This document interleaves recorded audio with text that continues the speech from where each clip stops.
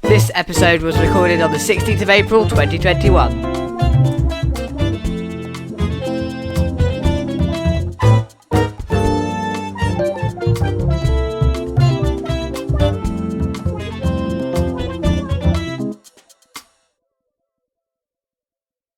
Hello and welcome to the second instalment of our weekly news roundup for teens, RealPeel Reports.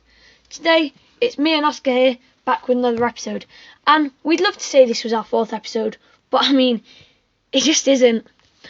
We it's not like we haven't been trying, just me. We've recorded some episodes like 3 times over, I think it is now, innit? Definitely. Yeah, and every time the audio files just keep corrupting, man. Anyway, enough of the wayward intros. Let's get into the first story of the week, and Oscar's going to bring you that. So, off you go. Yeah, so today, literally today, a couple hours ago I think it was, Helen McQuarrie, a Peaky Blinders star, she's died with a heroic battle with cancer at the age of, 52 I think it was. It's really young. It's really sad that. So Yeah. she was in Harry Potter and she was in Peaky Blinders. Who did she play in Harry Potter, do you know? She played Narcissa Malfoy, who's Draco Malfoy's mum. In fact, I know someone who's a massive Harry Potter fan, and it's actually one of their favourite characters in the story. I feel like Oh, really? she's kind of caring but a little bit evil underlying. Like, it's got a really cool character temperament in the book. It's quite a sad story, really, that she's died at that age. She did die peacefully with her family, so that's a bit nicer. That's nice Yeah, to hear. exactly. Right, should we talk about technology the last couple of weeks? Yeah, sure. What have you got? So Google Earth, this is really exciting for me. So Google Earth have just come out with a new feature. So it's called, okay, so I'll read out the headline. So it's Google Earth time-lapse video shows 40 years of human impact on the planet. So I believe, I haven't actually looked at it yet, I don't think it's out yet, but the idea is you can go to wow. different places on planet Earth, on Google Earth, and you can like a timeline over how it looks. It's like a landscape, see how everything's changed. It's so interesting, I think. So it says here, the tool that's unveiled on Thursday, actually. So it shows how humans' impact on the planet has changed glaciers, beaches, and forests all around the world. So I'd love to see that. I'd love to try and test that out and see how especially like climate change and stuff affected Antarctica. We shouldn't be having to do this. Exactly. We shouldn't be having to do this. Like, we shouldn't have made our climate this much of a mess. Exactly.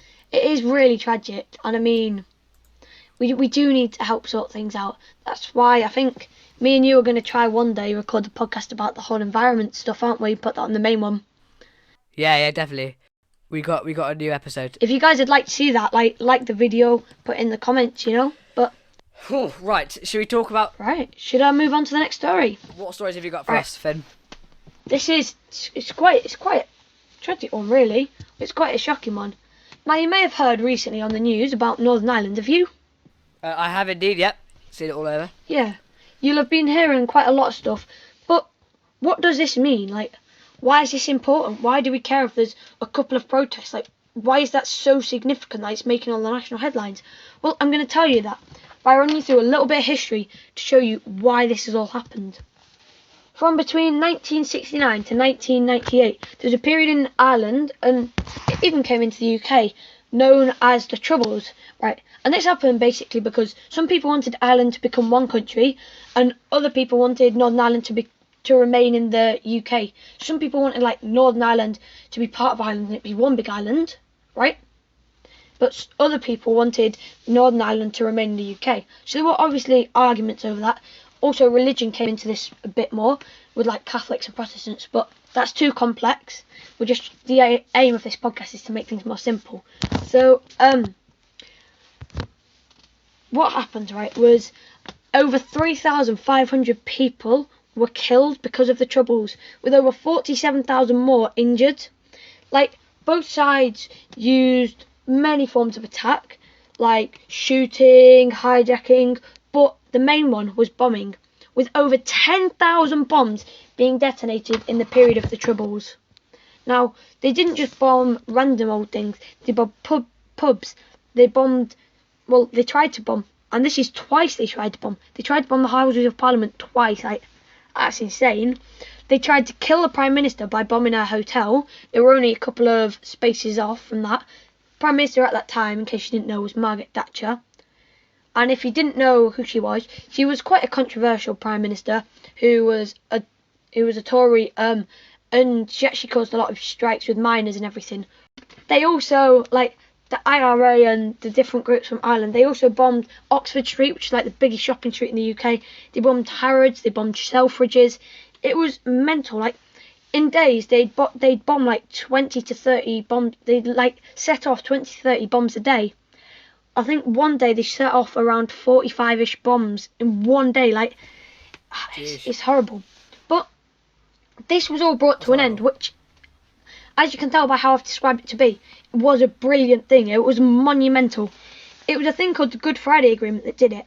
And basically, instead of Northern Ireland being ruled by London, which is like called direct rule, if ever you've heard about that, it was actually Northern Ireland was able to run itself from a place called Stormont, which you might have heard on the news.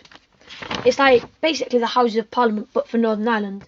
The Good Friday Agreement also allowed Northern Ireland people to get Irish passports, so that sort of ended the dispute of some Northern Irish people wanted Ireland to be one whole thing. So it allowed them to get that. And it removed the border between the two countries because they were both in the same trade place, so they both had the same trade rules. And that was being in the EU, so that was fine. Because that also eased up the pressure on the border, because that was basically turned into a no man's land, people shooting each other. It's almost like a full-blown war. But,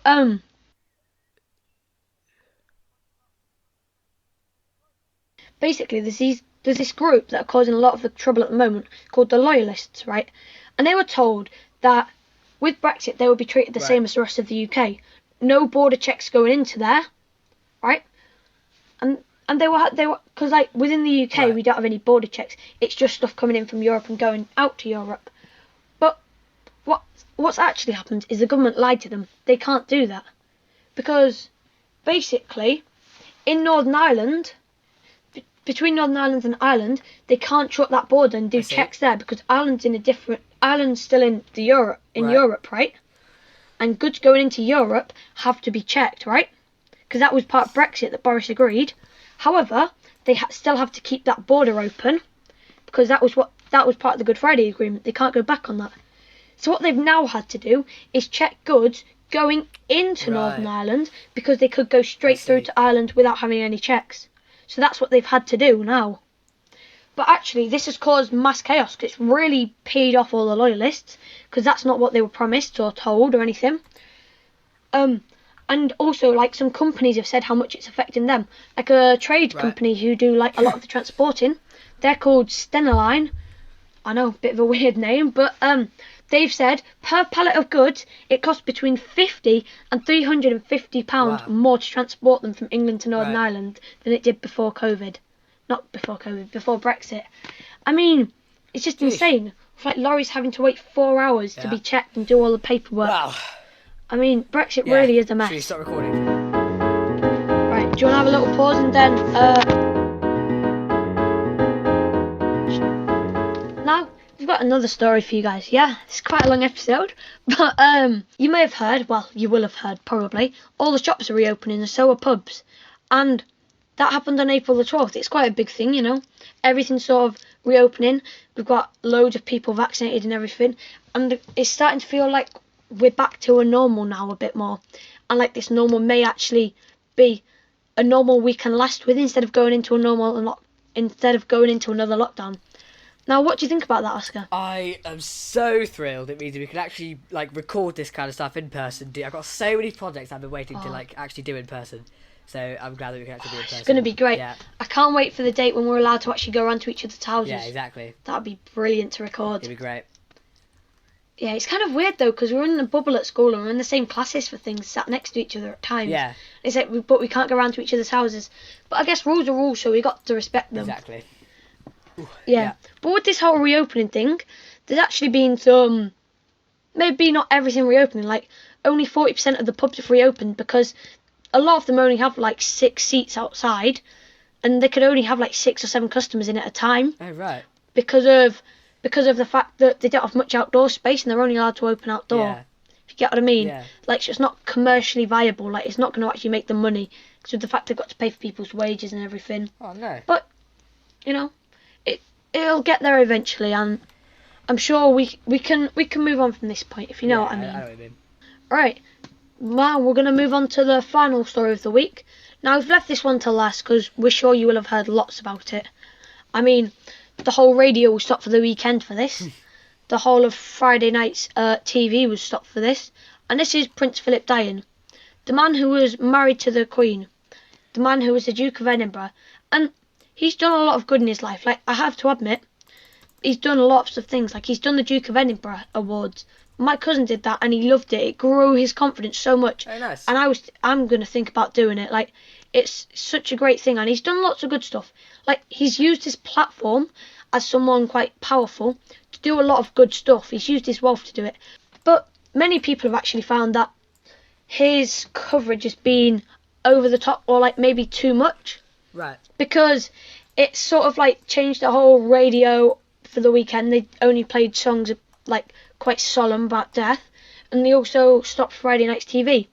Right. And I kind of understand where they're coming from, because I think it's really good that we're paying our respects, but in my eyes it sort of feels not as if we shouldn't be paying respects like this. I think paying respects is great, but actually it feels like almost a disservice to the 127,000 people dead from COVID.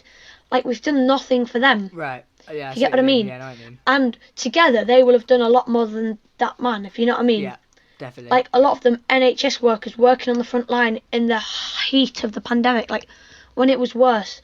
A lot of them will have had charities, will have done so much, right. and maybe had like a slightly harder life to do it with, because he didn't really have to worry about anything with life. He just had pretty much a lot of money. Yeah. Didn't have to worry about anything else and could do what he wanted. You're right. Like, think what a lot of people could do with that sort of backing. But yeah, it does feel to some people like maybe it's almost like a disservice to those dead because they haven't been remembered in the same way, or at least collectively they haven't been. Right.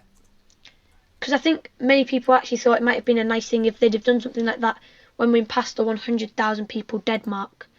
If you know what I mean, with COVID. Yeah. I know Or what you like, even at the end of the year, we sort of pay our respects. mean. Right. But then again, I suppose he is a very important man. Like, he's married to the Queen, who's someone we sort of look up to, and is basically like a national mascot. Yeah, it's. Do you have any opinions on this They're story? just talking about the funeral and like how the Queen has to say goodbye. Yeah. I feel bad for the Queen because she's single. Yeah. Well, yeah, actually, it's quite a thing that I haven't actually thought about, you know? Yeah. Because I suppose even to her kids, even to all her grandkids, she's still the Queen. She's still a higher up person. Yeah. Like, in public, he has to stand a couple of steps behind her. But I think he might be the only person that to her, she isn't the Queen. Like, she isn't the Queen to him, if you know what I mean. She's the person he loves. Right. And then they might just be able to bond, and like they might be able to be like together in a different way. Like, they can have that informative conversation, whereas she can't really have that even with her kids because they view her as the Queen. She's like one of the most important people in the country. Yeah. If you know what I mean, there's never like that kind of connection that you can just say whatever you want with them. I know exactly You've what kind you of mean. still got to be reserved. Right. Yeah. Shall yeah, we, I reckon. Should we wrap the episode up there? Is that Yeah. brilliant? I think Yeah. we've chatted Yeah, it's about quite a long loads. podcast for you guys. But I mean, it is a podcast, and I think we're thinking of maybe making some of the main podcasts slightly longer as well. The BBC News podcast. Hang on, let me just give you a few minutes. We'll just skip this bit. I want to BBC News. Okay, so newscast. That's about what are you doing? That's about 20 minutes long. So it's like 34 minutes, 32 minutes. So what I'm doing is just I've got this thing attached to my bed where I can basically go up and down and work on finger movements for climbing. Sorry, so I'm going to be able to get back to Red Goat soon. go for it. Yeah, that's sick. Yeah, climbing. Anyway, yeah. So like, I mean, a half an hour. Podcast. Yeah, might as well leave this in. Yeah, yeah, exactly. Half an hour podcast. What's wrong with a half an hour podcast? We can waffle Exactly. on for a whole hour. So You know what? The main podcast, I think like we're going to mix it up with me coming on a little bit at times as well. And I mean, me, you, and when it's just you and Declan, we can talk for hours, to be honest. Yep. And I think that's something we should maybe add into the podcast, you know? Because I quite like it when I'm sitting down to a podcast, listen to it, and I can relax. I can do my artworks, I can draw, I can like read and Exactly. everything. And like, it relaxes me for a long time. But yeah, it's the end of the podcast. Right. Make sure you subscribe. Make we sure have you got to follow say, us. yeah. And all that jazz. And do all the cool stuff. Subscribe, hit that notification bell, follow us on Spotify, download. As you can tell, we're very professional at all this. Yeah, exactly. Yeah, follow us and everything, guys. Just say we're really cool. Just do cool reviews and stuff. Actually, do reviews. Go check out our Instagram. That's true. Yeah, go check out Instagram. Comment. That's a major thing. Comment and likes pushes us up and means we get so many more views, which means we might end up one day getting advertisements. Money. Yeah, and that equals ching ching, which means we can get better microphones, better quality, and we can maybe start doing it like twice a week or something like that. But anyway, that's for the future. Right, see you guys. Should we wrap it up there? Make sure you keep following everything, and we promise we will try. We will try get an episode out next Friday or Saturday actually, because we're going to upload on Saturdays. Oh, yes, yeah. In fact, we will. No matter what it is, we will. Even if it takes six goes to record, we will. So anyway, do all that jazz. Follow us on our Instagram because we're going to be adding a lot more things, doing a lot more interactive stuff. Yeah. And that's the end of the episode. Cue the outro music.